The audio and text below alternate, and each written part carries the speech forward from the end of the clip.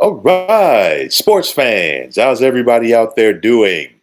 William Martin coming at you one more time here on YouTube with another edition of the 300 Pounds of Sports Knowledge Podcast. Now, since winning the Super Bowl at the end of 2011 NFL season, it has been a rough go of it, to say the least, for the New York football Giants. Just three winning seasons, two playoff appearances, and one postseason win since 2011. Now, since 2012, the Giants are the only team in the NFC East that has never won the division, and they've only finished twice finished second twice in the NFC East as well over that stretch. Uh, so many things that you could point fingers at for the Giants, but one thing that I want to talk about right now, and the one thing the biggest thing, one of the biggest things that has hurt the Giants and will hurt any NFL franchise is instability at arguably the three most important positions on an NFL team. That's general manager, head coach, and quarterback. You cannot have consistent turnover at those three positions and think you're going to go out there and be a successful NFL franchise. Since 2015, the Giants have had three different general managers, six different head coaches, and nine different starting quarterbacks. And honestly, when you look at their record, the proof is in the pudding.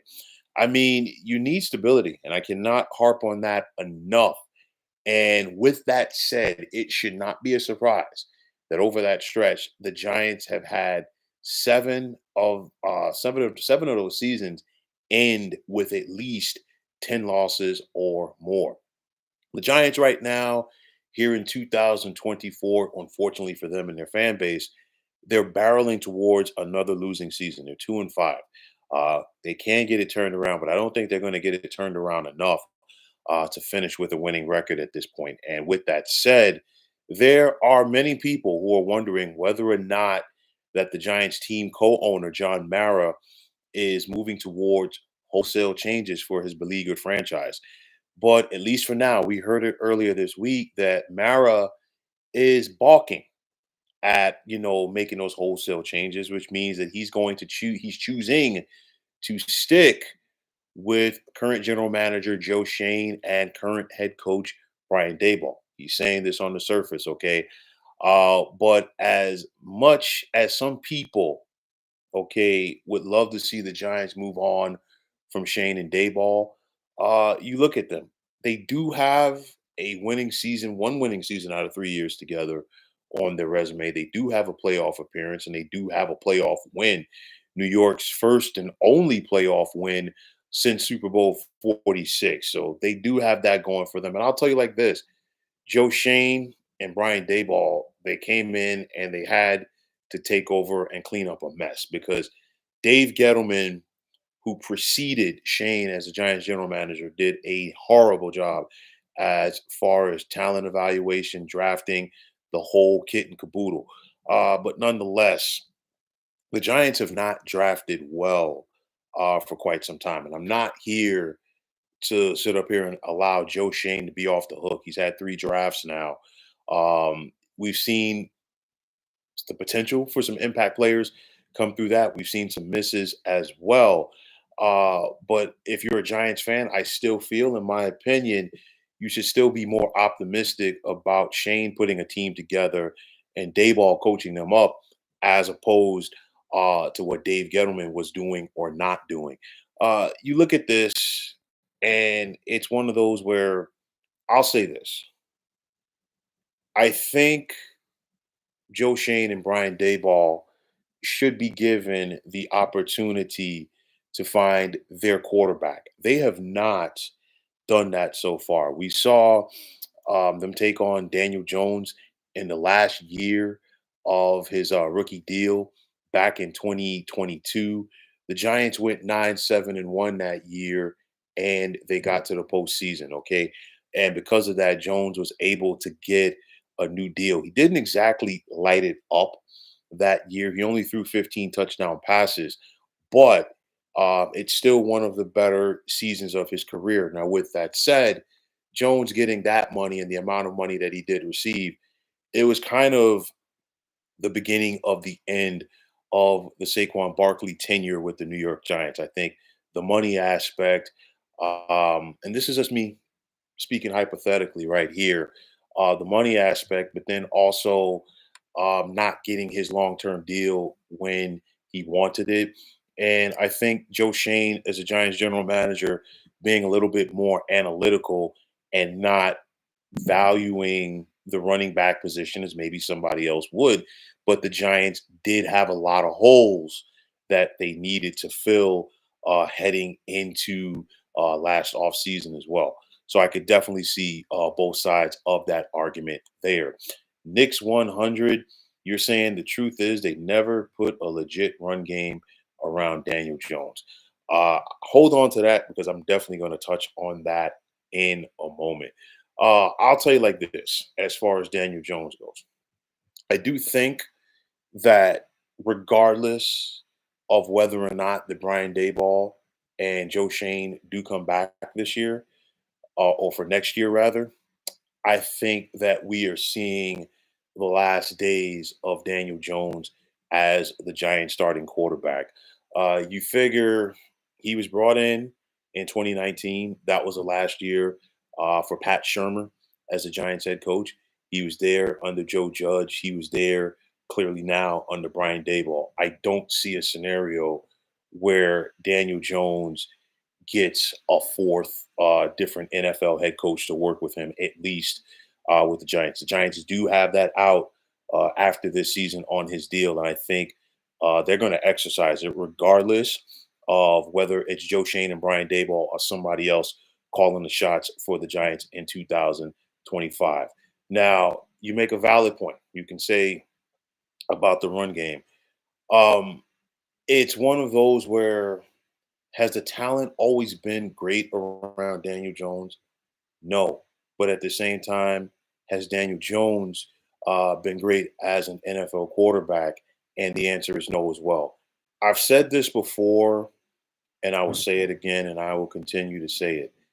The Giants made a huge mistake, okay, taking Daniel Jones as early as they did. Somebody it sound that Dave Gettleman made it sound like somebody was calling his bluff when he took Daniel Jones. Daniel Jones was not a first round talent when the Giants drafted him. And at the end of the day, when you miss on your first round pick, especially as early as the Giants have been picking in the NFL draft for the last decade or so, it really sets your franchise back, especially at the quarterback position. It's one of those where Daniel Jones is just not a starting NFL quarterback. That's just the bottom line. I'll tell you like this: I think he goes someplace else next season. I do believe somebody will give him a chance, but he's a kid that, unfortunately, within a couple of seasons, he'll be out of the NFL. I just don't see it with him as a starting quarterback. I think again at 2-5, you can start. Looking at next season if you're the Giants because I know they got the game on against Pittsburgh on Monday night. They're going to be a heavy underdog in that one. But nonetheless, I don't see the Giants have finishing with a winning record this season. I don't see them being a playoff team. So with that said, I think there's going to be a new quarterback in town for the Giants next season because you look at it right now. We've got 7 games completed this season for the Giants. New York has just 6 touchdown passes. That ain't going to get it done. They're 23rd in the NFL in passing this season. They're 14th defensively in yards allowed. The Giants' defense has been getting better since that debacle in week number 1 against the Minnesota Vikings, and of course, it looked bad at the time, but doesn't look as bad if you want to, see the silver lining in a dark cloud if you're a Giants fan compared to what we've seen the Vikings do since. But nonetheless, with the exception of the Minnesota game and with the exception of last Sunday at home against the Philadelphia Eagles, the Giants defense has given them given their offense an opportunity to try to win the game. Unfortunately for the Giants, they always have not done so. The offensive line continues to be a question mark for the Giants. Andrew Thomas being out for the year is not helping. Evan Neal, what's going on with him? Maybe they move him to offensive guard at some point. I don't know. But the line has looked somewhat better since they brought in Carmen Brasillo from the Raiders, the defense under Shane Bowen. But I truly do think that John Mara is going to give Joe Shane and Brian Daboll the opportunity to fix this because Brian Daboll this season just became the first head coach for the Giants to be there for more than 2 seasons since Tom Coughlin.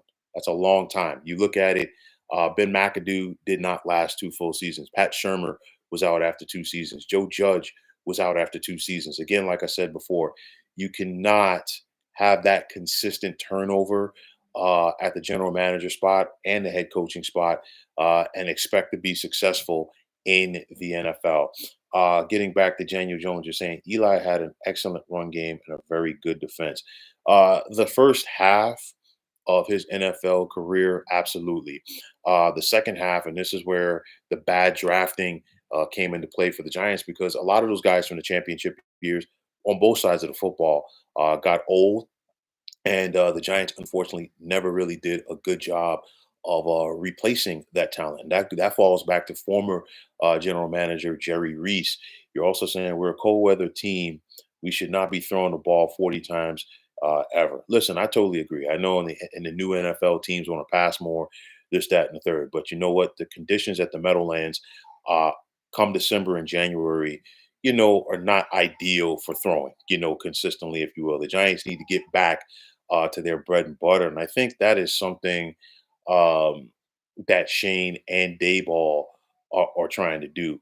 It's going to be interesting to see what happens with the Giants this offseason because where they finish the season, are they going to be bad enough where they can, find a quarterback that they want in the draft, or are they just going to be good enough to not be bad enough to find that guy and they have to go another option? Because remember, for all it's worth with Daniel Jones's contract, Joe Shane was trying to move up to take Drake May earlier this spring, or pardon me, earlier this year, this past spring at the NFL draft, when they were unable to go out there and make the trade with the Patriots, and they stuck with they did stick with Daniel Jones. I was surprised. Me personally, I thought that the Giants would take a look at JJ McCarthy out of Michigan, but clearly that was not the case. However, I think this time around there's no ifs, ands, or buts. The Giants have to find somebody else at quarterback for next season, whether it's the draft or whether it's free agency. Because at the end of the day, I feel, and this is my opinion, you can agree or disagree with it if you like, but nonetheless, I feel like the Giants have the worst quarterback room in the NFL. It's one of those things right now. You look at them; they do have some potential young pieces on offense, but they just don't have the quarterback that can bring it all together for this team. So it's one of those where you look at John Mara, words are one thing, but like the old saying goes, actions speak louder than words. We've seen it in the past where owners or general managers give coaches, or in the case of owners, giving general managers as well, the vote of confidence, saying that they're safe. And then a week or two later, they're still moving on for them. I think a lot of that is, preemptive from the New York media. And speaking of the New York media, they're also looking at saying, hey, well, the Jets, who share MetLife Stadium with the Giants, just fired their head coach. With the Giants, do the same.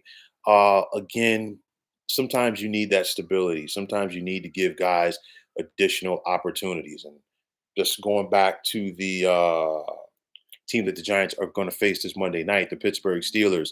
The Pittsburgh Steelers lead the world in stability. I mean, since 1969, of course, we all know the Steelers have only had three different head coaches over that stretch. Chuck Noll had some lean years.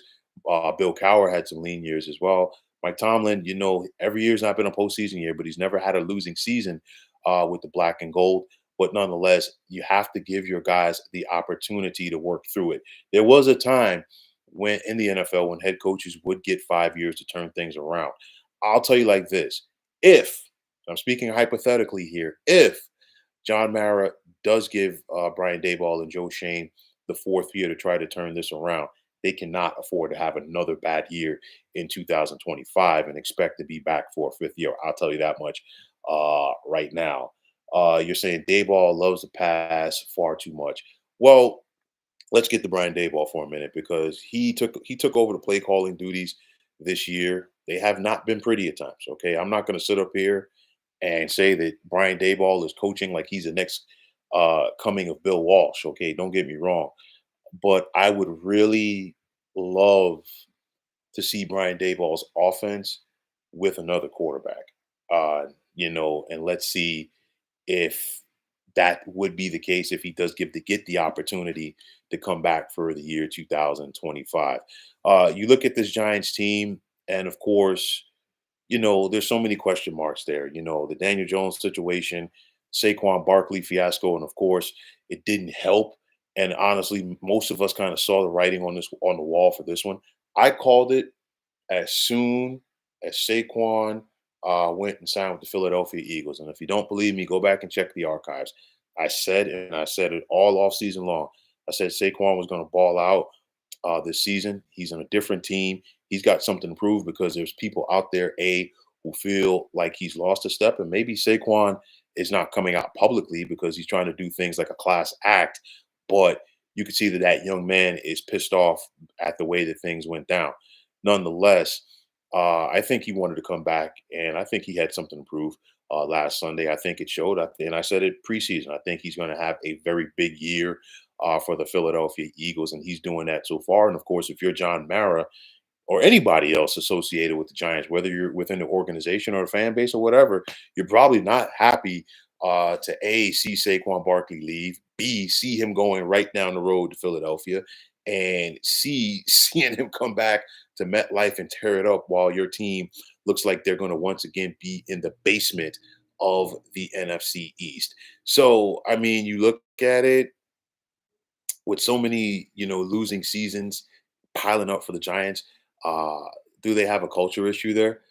Absolutely, because I'll tell you like this, just like winning is infectious, so is losing, and it's very difficult to reverse that cycle from losing to winning. That's something uh, that the Giants are trying to do right now, but they've got an uphill battle ahead of them because clearly the Eagles and Cowboys. Say what you want about the Cowboys, they're still light years ahead of the Giants in that division. The Washington Commanders appear to have finally found their franchise quarterback in one Jaden Daniels. Let's see what's next for the Giants because all of these teams in the NFC East appear to have their franchise quarterback. Dallas just re-signed Dak. Of course, Jalen Hurts has his deal going forward with the Eagles, and you got Jaden Daniels of Washington. What the biggest question mark at quarterback, unfortunately, in that division, if you're a Giants fan, is one Daniel Jones. So again, with everything that's said, um, will John Mara be a man of his word, if you will, going forward and allow Shane and Dayball to come back for 2025? He's saying it right now, but I think another big thing for the Giants is definitely how they compete over the second half of the season because they're 2-5 right now. And I'm just throwing this out here, big if, just speaking hypothetically. If the Giants go out there and not win another game for the rest of the season, then maybe all bets are off on that. But I think he's going to give them the benefit of the doubt to see how this team does compete over the second half of the season. I'm not saying the Giants are going to go out there and be world beaters.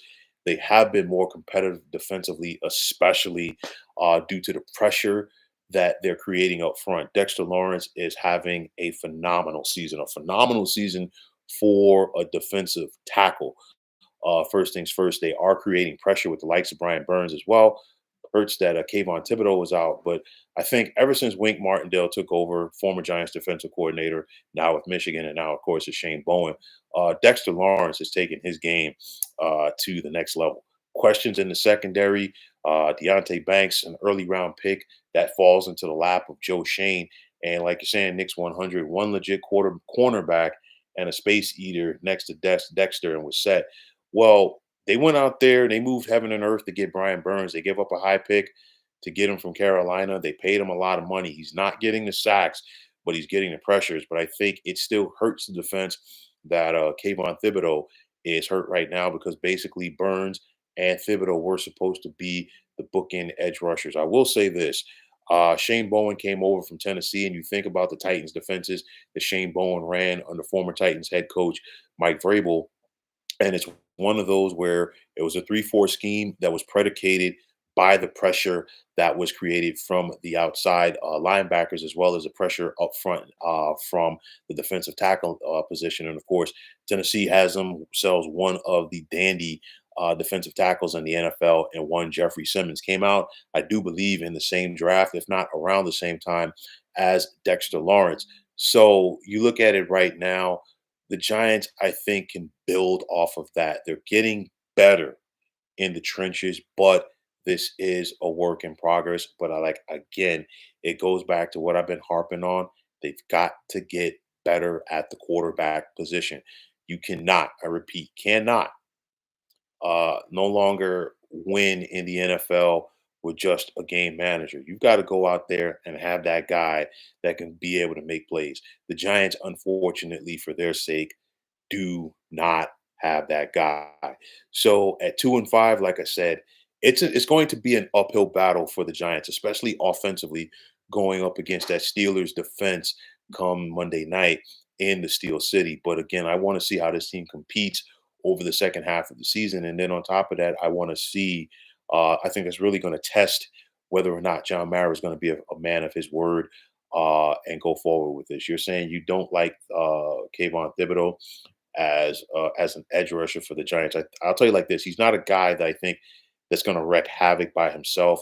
I really think having a bookend like Brian Burns and of course Dexter Lawrence in the middle definitely will help Tibbs. But unfortunately, Thibodeau is hurt right now with that wrist injury. So, like I said, not to sound like a broken record, but I really want to see what this team looks like in the second half. I think defensively, they're going to do their part try to keep this team in games, but it's going to come down to the offense. We saw Brian Daboll make the decision to bench Daniel Jones last week against Philadelphia. Maybe at some point, maybe the Giants turn it over to Drew Lock or almost said Danny DeVito, excuse me, Tommy DeVito again, and see what that young man can do with them going forward. But like I said, whoever the Giants starting quarterback is going to be in 2025, I really don't feel that he is on this team right now. Remember, if you go back to when Daniel Jones got re-signed by the Giants, it basically came down to the 11th and a half hour before the deal got done. Giants were close to franchising him and trying to sign Saquon Barkley long term. Of course, that was not the case. And then, of course, if Joe Shane was convinced about Daniel Jones, he wouldn't have been trying to trade up like he was earlier this spring at the NFL draft. I think next year, whether it's a veteran or whether it's taking a quarterback early, the Giants will have somebody else at starting quarterback next season. I think that is something that is really hindering this team. But nonetheless, like I said before, let's see if John Mara is going to be a man of his word, and let's see if he's going to give Joe Shane and Brian Daboll another opportunity to fix this thing. But folks, that's going to wrap it up. And as always, I want to take this time out to thank each and every one of you for tuning into the 300 Pounds of Sports Knowledge podcast here on YouTube. I want to take this time out to thank all of you fine folks out there for tuning in. And if you have not already, please feel free to subscribe to this channel. Now, if you're on the X, formerly known as Twitter, please feel free to follow me at 300 Pounds of Sports. And like I always say, if you follow me, it will be my pleasure to follow you right back. There's also the sports discussion group on Facebook at the Sports Depot 365. You can check it out, drop a line, and be a part of one of the better sports debating sites going on social media. Nick's 100, my brother, as always, thank you for chiming in. And as always, I appreciate the support. And once again, fine folks, my name is William Martin. I'm signing off and I'm saying thanks once again for tuning into the 300 Pounds of Sports Knowledge podcast here on YouTube. Be well, everybody.